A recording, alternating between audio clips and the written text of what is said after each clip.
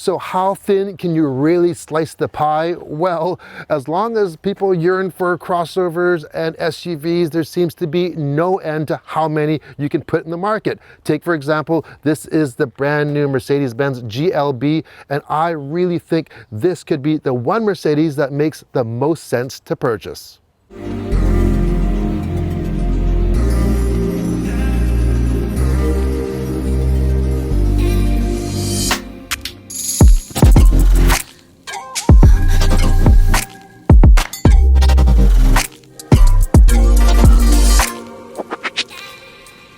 The new GLB slots right in between the GLA and the GLC. So you get subcompact and you get compact. This is kind of right in between. And what's interesting is that it is just a little bit, just a hair shorter than the GLC. But when we get inside, you'll see that cargo room, it actually has more room, probably because of the shape of that rear. One of the biggest things that distinguishes the GLB compared to its GLA and GLC siblings is this one can be equipped with a third row. That's right, you can get a 7-passenger version of the GLB, which can be a deciding factor if once in a while you need to carry more than 5 passengers. Then you get to the styling, which is unique to the GLB. Some have actually called it a baby, a G-Wagon.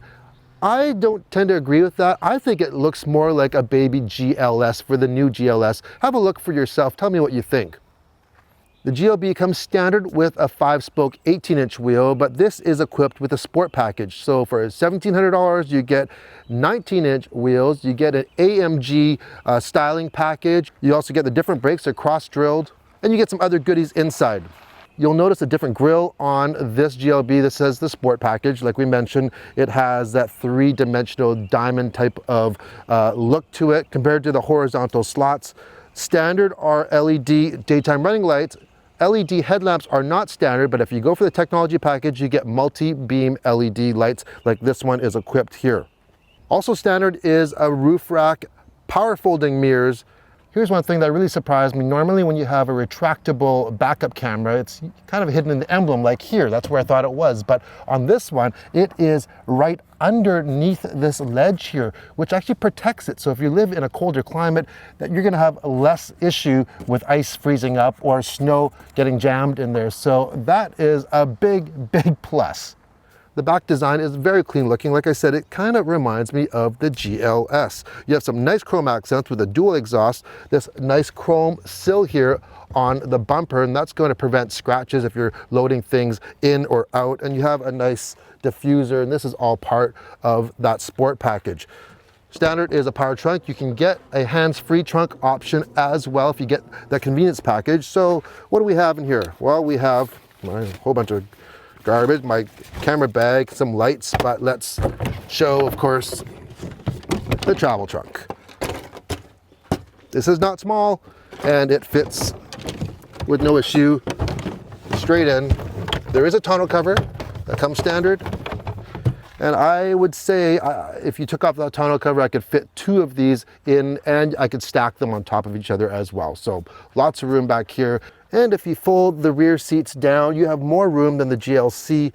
However, there is no rear release in the back here. You have to actually open the doors to fold that second row down. You know what? Today's review is kind of a milestone because I think out of the hundreds of reviews that I've done, this is the first one that I've actually worn a hat. Reason why? 2.5 months of no haircuts. It's crazy under there. Anyways, if you're familiar with the A-Class that was launched last year and the new GLE, you're familiar with this new type of interior design that Mercedes has went with now. And what's pretty cool is just last week I was in the brand new Mercedes GLS.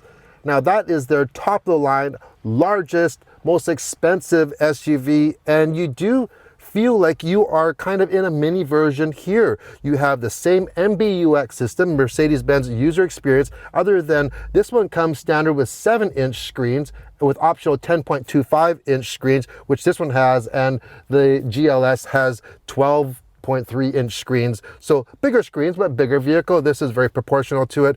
That one also, the screens are more incorporated into the dash. On this design, the 2 screens act like kind of one, and they're kind of just placed nicely nestled in this shelf area, very similar to the A-Class. You'll see the vents, which are the same as the A-Class, which this is based off of, and very familiar controls in the switchgear that you have on your HVAC system, as well as your steering wheel, which has the touch pads on either side. As I mentioned in previous reviews for the new system, you use the left touchpad to control your left screen, so you can swipe from left to control what's on the left gauge, and then swipe right, you control what information is in the center, and also swipe right again and control what's on the right gauge.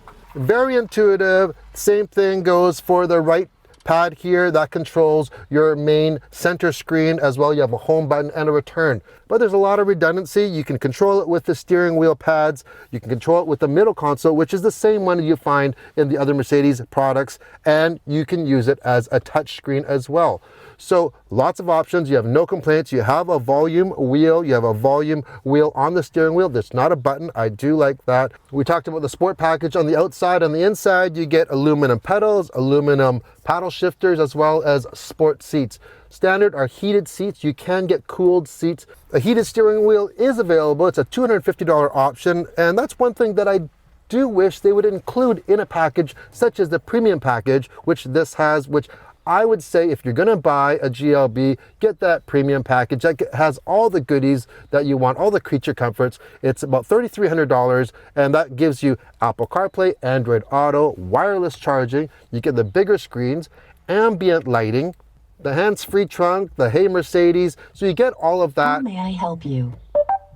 Other things that are standard is the large panoramic roof. It goes all the way back. There is a separation. We talked about that rear view camera being hidden. I love that, but it does not come with a 360 camera. It is available though for a $650 option, or if you get the park assist for $900, I believe it comes with the backup camera. I'm assuming with the active park assist for $900, you do get that. This is really similar to that of the GLS that I just drove last week. Seriously, yes, the styling's a little bit different. The materials are a little bit different. There's some compromises, like the hard plastic on the bottom door panels and such, but you have to realize this is half the price of a GLS. You can literally buy 2 of these for 1 of the GLS. So, you know, you just have to figure out what your priorities are. This is one of the most updated and technological interiors out there at this time. I'm really telling you that. USB ports are USB-C. You have 1 up very front, 2 in the middle glove compartment, and 2 in the back. So a total of 5 USBs. Everyone's going to be connected here. All right, I want to mention, first of all, these doors are pretty solid. So if there is a relationship to this and the G-Wagon, it might be the doors. Actually, the G-Wagon, nothing can replicate that, but very, very solid doors. Make sure you give it a good slam when you close it. In the back here, I can't believe how much room there is. You have oodles and oodles of room. There's a small hump in the middle. These seats also recline, so you can get nice and comfortable. Lots and lots of knee room. The seat is set for myself in the front. I'm 5'11", almost 5'11", and so lots of room. You have ample room for your feet. The width is good. I do find the seat bottoms are a little bit flat, so and they could be a little bit longer. They're kind of short. Everyone's torso's a little bit different though. You do have a middle armrest with 2 retractable cup holders here. This has 3 seat belts, so 3 in the back. This does not have the 3rd row option, unfortunately, so we can't test that out. But I don't think it'll be a surprise. There's probably not going to be a lot of room back there. However, the option is only $1,300, so you got to make that decision. If you're going to put, on occasion, the odd kid back there, you know, picking up from soccer practice, yeah, that might be a good option to get for $1,300, and it might be good for resale as well. So yeah, lots of room and headroom, tons of headroom. This compared to the GLC, I would put it on par, very, very close in terms of space for the 2nd row. Of course, the GLC doesn't have a 3rd row, or you can't get it with it. compared to the GLA, there's no comparison. This is miles and miles ahead in space compared to the GLA. But yeah, there we go.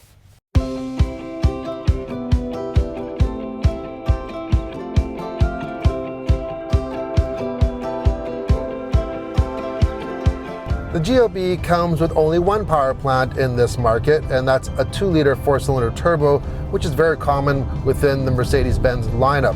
But they tune each one a little bit different. So the GLA has less power than this one, and since this fits in the middle, the GLC has more power than the GLB. However, if you want something a little bit more, well, not engaging, but with more power, let's just say, then the GLC is the one you're going to want to get, because you can get that in the GLC 43, and that has like 300 and something horsepower, and then you can go all the way up to like the GLC 63, and then we're talking V8 twin turbo power, tons of horsepower, and yes, this will not get you to 60 as fast as those ones. However, even though on paper this is slower than the GLC, let's say in 0 to 60 it's mid 6-second range, it feels quicker though. And when you're driving it with the 8-speed dual clutch transmission, by the way, it's very, very engaging to drive. It's quite fun. It's actually probably more fun than it probably should be for this type of vehicle.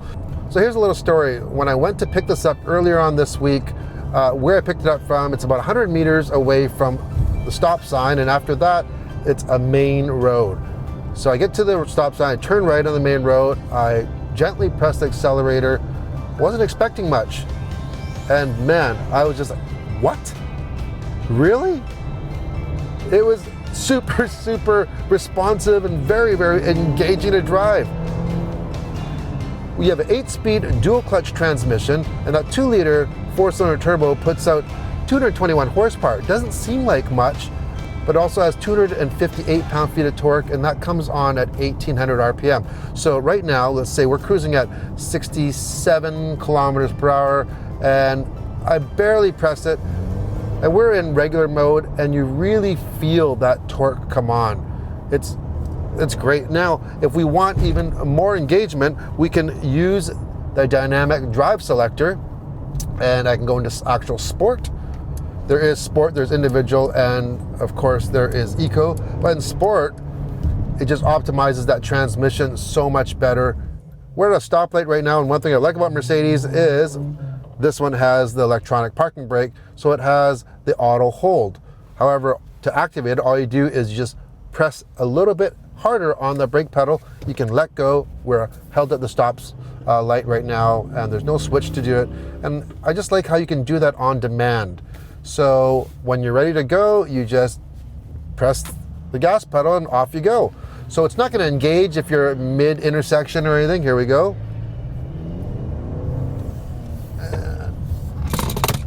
Oops.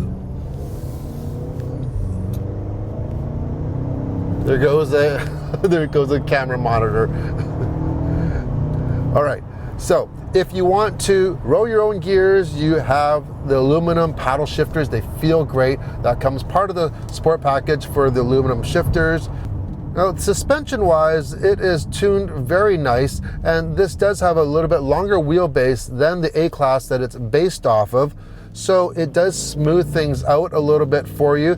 It is not too rough. This does not have adjustable dampers on it, however, but I don't think it's necessary at all. And with that sport package, you also get a little bit of artificial noise pumped in through the sound system. It's a nice addition, actually. The GLB is equipped with independent rear suspension, and 4MATIC is standard across the board on the GLB. Now let's get to one of the best things, and that is the price. The GLB starts at $43,990, and yes, there are some packages that we talked about, like the premium package, and then there's also a Navi package for $1,000, and of course that gives you navigation, but along with those 10.25-inch screens, you get the augmented reality. And what is that? just like on the GLS, the big brother, or the GLE, or the A-Class. All these MBUX systems have it available. It uses the camera behind the rear view mirror right there, and it superimposes the directions onto an actual video of your turn that's coming up.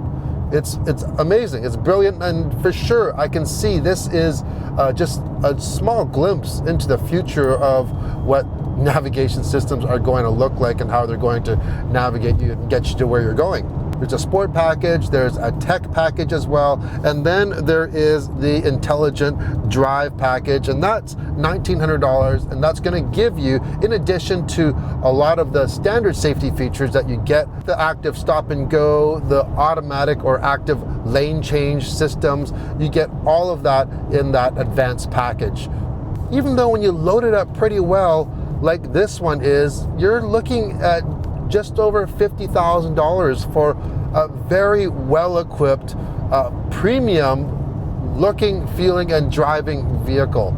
And I think it's actually quite a bargain, and that's why I say this is the Mercedes-Benz that makes the most sense to me. Sure, if you are looking for something extremely sporty, you're not going to get a GLB. If you want something bigger, something that's going to be able to tow, let's say a trailer or a boat or an RV or something, this isn't going to be it for you. But for most people that want to have a premium brand vehicle in their garage, have all the technology, have great performance, and be able to carry a lot of people around, this is going to be hard to beat. Seriously. If you're new to the channel, make sure to hit that subscribe button and hit the thumbs up if you like the video. Also, check out the other content that I have on the channel. It's not just automotive. We have cars, we have planes, travel, tech, you name it. We do it all. And even if you're not new to the channel, check out the new live shows that we're doing, whether you join us live or watch them after they're recorded. Some really good content and a lot of good special guests there. So anyways, that's it for today. I hope you enjoyed it. Thanks for watching.